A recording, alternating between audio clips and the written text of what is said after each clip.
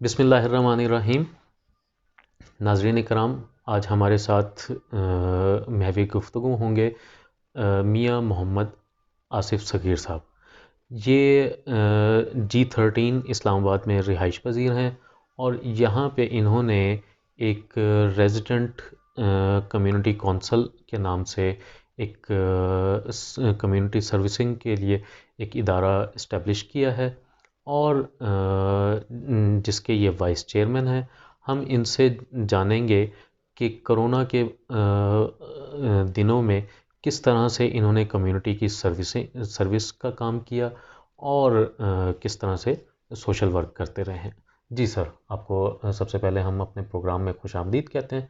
Sir, हमें हमारे नाज़रीन को बताइए कि कोरोना के पेंडेमिक की वजह से बहुत मसले मसाइल थे।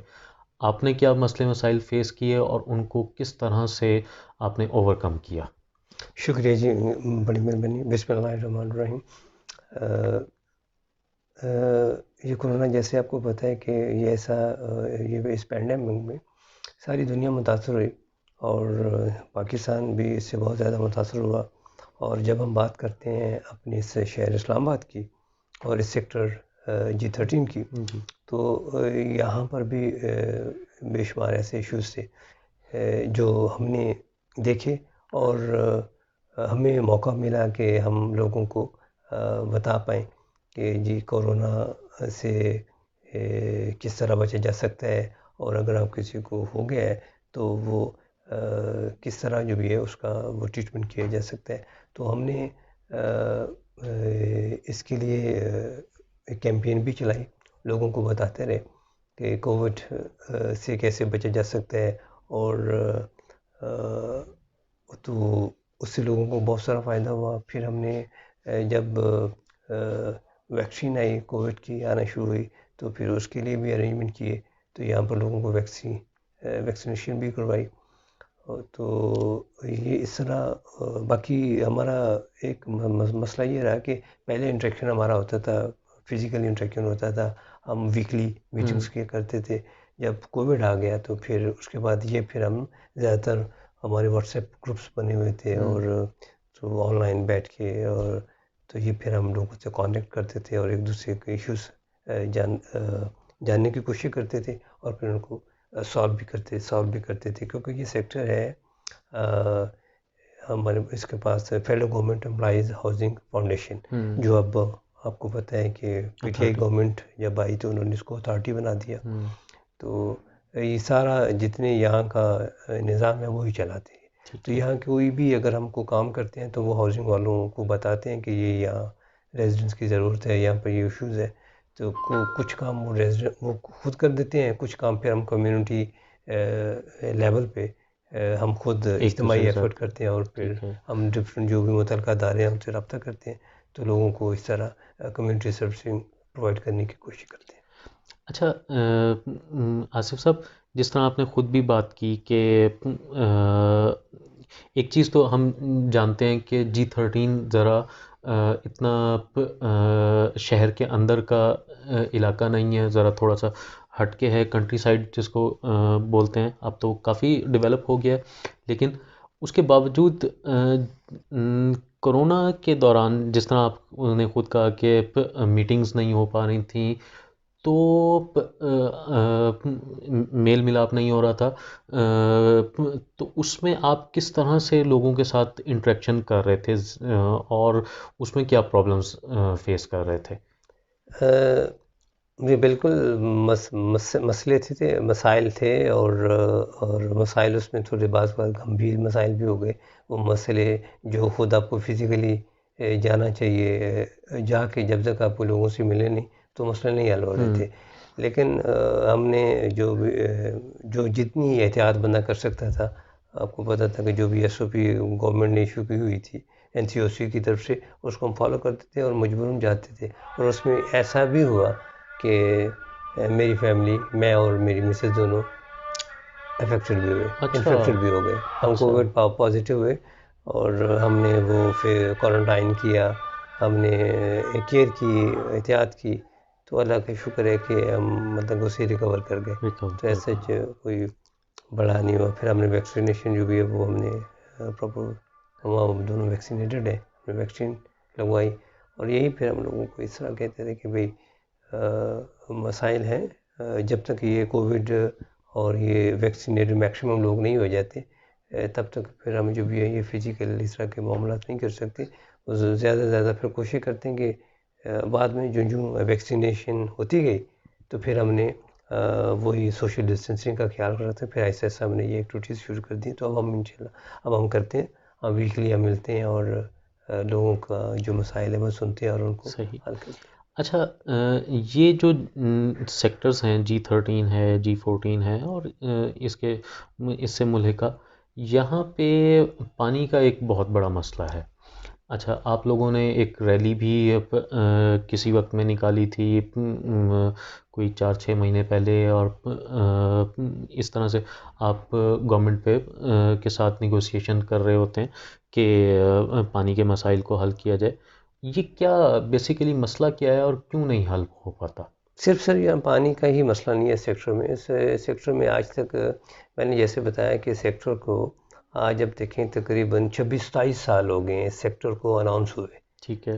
कि ये अलॉटमेंट आप कह सकते हैं कि 26-27 साल पहले शुरू हुई। और इस सेक्टर में इस्लामाबाद की जैसे जो मेन सेक्टर्स हैं उनसे तो ये काफ़ी पहले आ जाता है। और इसको एक तरह से आपको इसको new zero point of Islamabad भी कह सकते ठीक हैं है। इस सेक्टर को। सही। G13 G14 और गेटवे टू इस्लामाबाद भी कह सकते हैं गेटवे कि तो जो है। ही आप मोटरवे से जो ही आप इस्लामाबाद में एंटर होते हैं तो सबसे पहले सेक्टर आपको ये मिलते हैं। और यहाँ सिर्फ पानी का तो सबसे नंबर 1 मसला ही पानी के है। उसकी वजह ये है कि यहाँ पर जो अंडरग्राउंड जो है वाटर लेवल है वो बहुत ही डाउन है। ठीक है। मैं उसकी आपको ये मिसाल दूँ कि पहले जब ये सेक्टर शुरू हुआ तो तकरीबन 100 फीट पे 150 फीट पे आपको पानी मिल जाता था। और पानी लोग अपना बोरिंग पंप लगा के पानी इस्तेमाल करते थे।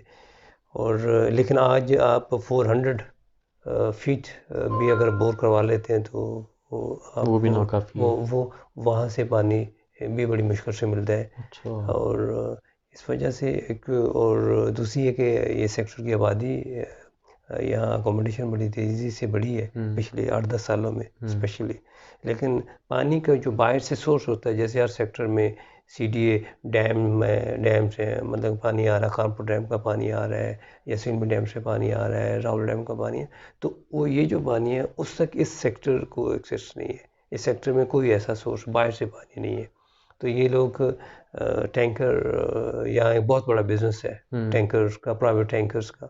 तो वो मौसम गर्मा में वो बहुत फिर एक्टिव हो जाते हैं। बहुत एक्टिव हो जाते हैं। और जो आज टैंकर हमें 1000 रुपये का 1200 रुपये का मिल रहा है तो आप ये 3000 रुपये 3500 रुपये तक प्राइस चली जाती है।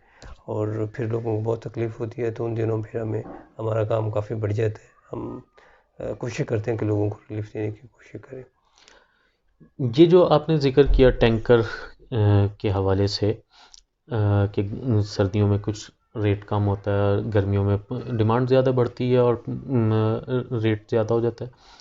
क्या आप ये समझते हैं कि इस्लामाबाद भी कोई, या ख़ास तौर पे ये जो सेक्टर्स हैं जहाँ पे पानी के मसाइल हैं, ये भी कराची की तरह से टैंकर माफिया के कब्ज़े में जा रहे हैं और उनका इन्फ्लुएंस इतना ज़्यादा है कि यहाँ पे हाउसिंग डिपार्टमेंट जो है और CDA वो पानी के मसाइल को हल नहीं कर पा रहा या करना नहीं चाहता? ख़ुसूसन ये जो नए सेक्टर्स डेवलप हो रहे हैं, या अब इस सेक्टर को नया तो नहीं कह सकते। जैसे मैंने बताया कि 1996 से ये मतलब कि ये सेक्टर इसकी अलॉटमेंट शुरू हुई और स्टिल ये मतलब कि अंडर डेवलपमेंट है, पर ये डेवलप्ड नहीं है। यहाँ पर जो बेसिक सिविक अम्यूनिटीज़ हैं, फैसिलिटीज़ हैं, आपको पता है कि स्कूल्स होते हैं, कॉलेजेस होते हैं, आपको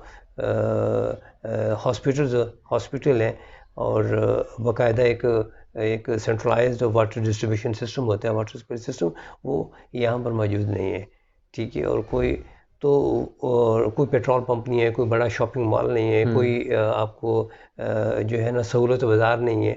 तो और सिक्योरिटी का इशू अब यहाँ पर बड़ी अब थोड़ा सा कुछ दिनों पहले इन्होंने यहाँ पर एक पुलिस चौकी बनी है, पुलिस स्टेशन तो यहाँ नहीं है, तो वो लेकिन यहाँ पर बड़ा ये क्राइम बढ़ा रहा क्राइम है, रेट बहुत स्पेशली ज़्यादा है। स्ट्रीट, ये जो स्ट्रीट क्राइम है बड़ा ना, स्ट्रीट क्राइम, ये स्नैचिंग, ये मोबाइल स्नैचिंग, ये लोगों को लूट लेना, ये काफ़ी रहा है।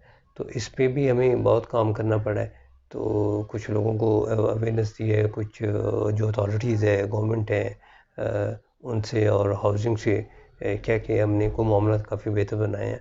और ये चीज़ें जो है ना, और ये जहाँ तक आपने बात की टैंकर माफिया की, तो इन सेक्टरों में लगता है कि यहाँ पर वो काफ़ी इन्फ्लुएंस्ड हैं। इन्फ्लुएंस रखते हैं, और जिस वजह से इन्होंने अपना सिस्टम डेवलप नहीं किया पानी का, क्योंकि उनका शायद इन्फ्लुएंस है, और वो यहाँ के मकामी लोग मोस्टली इन्फ्लुएंस रखते हैं, तो उन्हीं का ये बिज़नेस है। तो उस वजह से मेरी अपनी ये ऑब्जर्वेशन भी, फीलिंग है कि शायद उनका बहुत इन्फ्लुएंस है, जिस वजह से ये काम बहुत स्लो है पानी के मामले में, जो अदारे जो हैं वो इतना एक्टिवली काम नहीं कर रहे। अच्छा, आपने ज़िक्र किया स्ट्रीट क्राइम के हवाले से, और चौकी आपने बताया कि यहाँ पे कायम हो गई है, और तो उसके कायम होने के बाद, पुलिस चौकी कायम होने के बाद कुछ क्राइम रेट में कुछ कमी हुई, या मज़ीद कुछ ज़्यादा ही हो रहा है, या क्या इस हवाले से? बड़े ये आपने बड़ा बड़ा बड़ा अच्छा सवाल पूछा, बड़ा इसकी बड़ी इंटरेस्टिंग आपको बताऊँ कि पता नहीं ये जो जितने ये क्रिमिनल्स होते हैं, जब ये चौकी जब बात हमने जब ये मसाइल हो रहे थे और लोगों के साथ मतलब ये वारदातें हो रही थी G13 G14 में, तो हमने जब आवाज़ मैंने इस पे वो अपने रैली का हवाला दिया, वो तो स्पेशली हमने पानी और टैंकर माफिया के खिलाफ निकाली थी। उसके बाद हमने प्रोटेस्ट निकाला था, यहाँ बहुत वारदातें होना शुरू हो गई थी, बड़ी बड़ी वारदातें, लोग लाखों रुपए लोगों का रोज़ाना लूटना शुरू हो गया था, लोगों को मारा जा रहा था। तो मैंने मैंने बाकायदा हमने प्रोटेस्ट किया हाउसिंग अथॉरिटी के जो हेड ऑफिस है वहाँ, उसके सामने जाके, क्योंकि हम एक बहुत बड़ी मतलब बहुत लोगों ने उसको अप्रिशिएट किया, तादाद हमारे साथ बड़ी नहीं थी, लेकिन वहाँ हमारे उनके साथ मुज़ाकरात हुए। उसके बाद जो पॉलिटिकल गवर्नमेंट है जहाँ उनके नुमाइंदे आए, फिर पुलिस के नुमाइंदे, हाउसिंग के, फिर यहाँ पर एक पुलिस चौकी बनी, और पुलिस चौकी जो ही बनी तो उन दिनों पहले जो वीक पहले हफ्ता 10 दिन में बहुत ही ज़्यादा वारदातें हुई। शायद वो एक किस्म का वो रिवेंज लेना चाह रहे थे। उसके बाद अब आहिस्ता आहिस्ता आहिस्ता अब हालात बेहतर हुए हैं, सिक्योरिटी के मामला तब काफ़ी बेहतर हुए। अब यहाँ पे जो ज़मीन की प्राइसेस हैं वो काफ़ी ज़्यादा हैं, उसको आप किस तरह से देखते हैं कि ये क्या आर्टिफिशियली बहुत ज़्यादा प्राइसिंग हो गई है, या ये नॉर्मल है? असल में मेरी अपनी जो मेरा अपना एक्सपीरियंस, वो मैंने ये देखा कि बहुत अरसा हो गया, यानी कि जैसे मैंने इस सेक्टर की आपको बात बताई कि कितना पुराना सेक्टर है, CDA ने और हाउसिंग ने इस एरिया, आप देखें ना, आप G11 से आगे, F11 से आगे आप आए, आपको ये सब इलाका बेआबाद लगता है। ये यानी कि मकामी लोग बैठे हैं, कच्ची आबादियाँ हैं, वो बैठे हैं, और कोई सेक्टर नहीं बना। सिर्फ ये एक बीच में एक सेक्टर है, इसके दाएं बाएं सब कच्ची आबादियाँ हैं। बिल्कुल। तो उस वजह से, क्योंकि ये एक ही सेक्टर है, और आपको पता है कि अब वो करीब से जो भी है, बिल्कुल जो मेन हमारी जो है कश्मीर हाईवे, जिसको अब हम श्रीनगर हाईवे कहते हैं, उसके ऊपर है। जी बिल्कुल। ठीक है, तो इस वजह से इसकी जो प्राइसेस है यहाँ पर प्रॉपर्टी की, वो बहुत ज़्यादा है, और ये एक आम आदमी, या आप कह लेंगे एक सफ़ेद पोश आदमी, मिडिल क्लास आदमी, उसके बस की बात नहीं कि यहाँ पर एक 4 मरले का प्लॉट ले सके, क्योंकि उसकी कीमत भी यहाँ पर जब भी वो 1.5 करोड़ के आसपास, एक 4 मरले के प्लॉट की। इतनी महंगा सेक्टर होने के बावजूद यहाँ पर जितने लोगों को वो फैसिलिटीज़ मिलनी चाहिए थी, क्योंकि यहाँ लोग बिल्स दे रहे हैं हर किस्म का, लोग पानी के बिल्स दे रहे हैं हाउसिंग को, कंजर्वेंसी के बिल्स दे रहे हैं, अब प्रॉपर्टी टैक्स भी अब हाउसिंग को दे रहे हैं ऑक्यूपेंसी के नाम से। इसके अलावा हाउसिंग जो भी है वो बहुत अरसे से लेट कंस्ट्रक्शन चार्जेस ले रही है, जो खाली प्लाट हैं उस पर लोगों से जनवरी मतलब कि 2011 से 2011 से लोगों से एक्स्ट्रा फ़ाइन रिसीव किया जा रहा है। और अब तो जुल्म ये इन्होंने कर दिया है कि डिले कंप्लीशन चार्जेस, जिन्होंने घर बना लिए हैं और उन्हें घर बनाए हुए 5 साल का अर्सा हो गया है, तो उन्हें 2020 से जनवरी 2020 से पर मंथ उन्हें 5000 का फ़ाइन जनाब ये चार्ज हो रहा है। और जनवरी 2021 से उन्हें 10,000 पर मंथ फ़ाइन चार्ज किया जा रहा है। और ये जुल्म ज़्यादती, हमने बहुत बात की है इन्हें समझाने की और इनके साथ मज़ाकरात भी किए हैं, लेकिन अभी तक उन्होंने ये सिलसिला बंद नहीं किया हुआ। तो हमारी ये है कि ये ज़्यादती है, जहाँ इस सेक्टर का दूसरे सेक्टरों के साथ मुकाबला नहीं किया, तो यहाँ पर सिविक फैसिलिटीज़ है ही नहीं है। सबसे बेसिक पानी, मैंने कहा था पानी है, स्कूल है, कॉलेज है, हॉस्पिटल है, ये चीज़ है ही नहीं यहाँ पर, सिरे से नामो निशान नहीं है। अच्छा आसिफ साहब, एक ये तो वो वाले मसले मसाइल हो गए ना जो हमें जिन पे आप ज़्यादा बोलते हैं। एक मसला जो जिस पे मैंने बहुत वो किया है गौर ख़ौस के, आपके पास तो रास्ता भी नहीं है, तो आप इतने टैक्सेस गवर्नमेंट को दे रहे हैं, सारे के सारे रेजिडेंट्स यहाँ के, और इतनी महंगी ज़मीन आप लोग लेके प्लॉट कंस्ट्रक्शन करते हैं, रास्ता आपके पास कहीं से नहीं है। सिर्फ एक ये जी 26 ये आपने श्रीनगर हाईवे से आना है, कोई अंदर से कहीं कोई किसी सेक्टर की तरफ जाना है तो आपको मेन पे जाना है, वहाँ से आपने दूसरे सेक्टर में जाना है। तो ये बात बिल्कुल अपनी वजह है। इस इशू को कहीं आप अथॉरिटीज़ के साथ उठाते हैं और उनके क्या जवाब होते हैं? आपने इसको अपने जो इलाके के MNA हैं उनके ज़रिए से उठाने की कोशिश की पार्लियामेंट में? ये बहुत बड़ा मसला है G13 का। जी, ये बजा आपने कहा, इसमें जो कनेक्टिविटी जो है ना, आप देखें ये तो एक इंटरनेशनली, आप देखें चाइना को देखें, सिर्फ वो कनेक्टिविटी पे आपको पता वो CPEC जैसा और मतलब कि वन बेल्ट वाला प्रोजेक्ट हो लिया। इस सेक्टर का इशू ही सबसे बड़ा, आप देखें, आप अब G13 आए हैं सेक्टर, और आप पूरा सेक्टर आपको घूम के मतलब कि आना पड़ा है आप तो, और वो भी मैंने आपको लोकेशन सेंड की, आप यहाँ पर पहुँच पाए। तो ये इशू है इस सेक्टर को, मतलब कि इसकी इंट्रा सेक्टर कनेक्टिविटी वो भी बहुत पुअर है, ठीक है, जिस वजह से मैं समझता हूँ कि जो सिक्योरिटी के यहाँ इश्यूज है ना, वो उसकी सबसे बड़ी वजह ये भी है कि ये सेक्टर आपस में वेल कनेक्टेड नहीं है, मतलब इंटरनली वेल कनेक्टेड नहीं है। और जुल्म आप देखें कि इस सेक्टर के जो बासी हैं, उन्हें जब मेन आप देखें इस्लामाबाद के किसी दूसरे सेक्टर में जाना, हम यहाँ से नेक्स्ट सेक्टर जो भी है वो G11 है, G11 है, और हमें वापस जो भी है वो जाना पड़ता है अपना हाईवे पे गोलड़ा एक इन्होंने मतलब कि यहाँ बना है, फ्लाईओवर बना है, वहाँ जाना, हमें आना भी वहाँ से पड़ता है, जाना भी वहाँ पड़ता है। हालांकि एक सर्विस रोड जो है वो हर सेक्टर को मिली हुई है।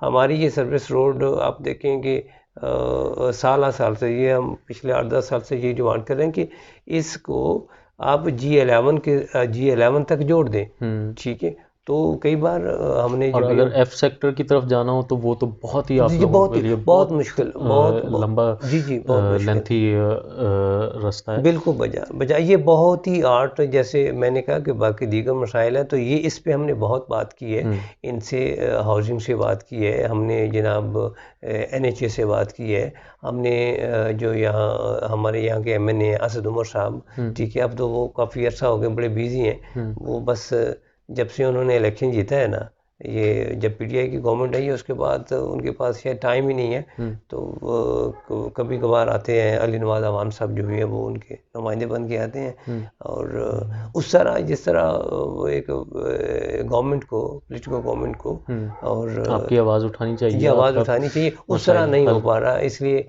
लोगों को मतलब कि लोग फील करते हैं कि हमारी गवर्नमेंट जो भी है वो उसे या इस सेक्टर की तरफ जो भी है वो तवज्जो देने की ज़रूरत है। सही। नाज़रीन इकराम, उम्मीद करते हैं कि आपको आज का प्रोग्राम भी अच्छा लगा होगा। बहुत ही G13 के हवाले से, उनके मसाइल के हवाले से हमने बहुत सारी गुफ्तगू की मियाँ आसिफ साहब से, और हमें बहुत कुछ सीखने को मिला इस सेक्टर के मसाइल के हवाले से। अगर आप भी हमारे प्रोग्राम में शामिल होना चाहते हैं तो हमसे रब्ता कर सकते हैं। वीडियो को लाइक कीजिए और हमारे चैनल को सब्सक्राइब कीजिए। शुक्रिया।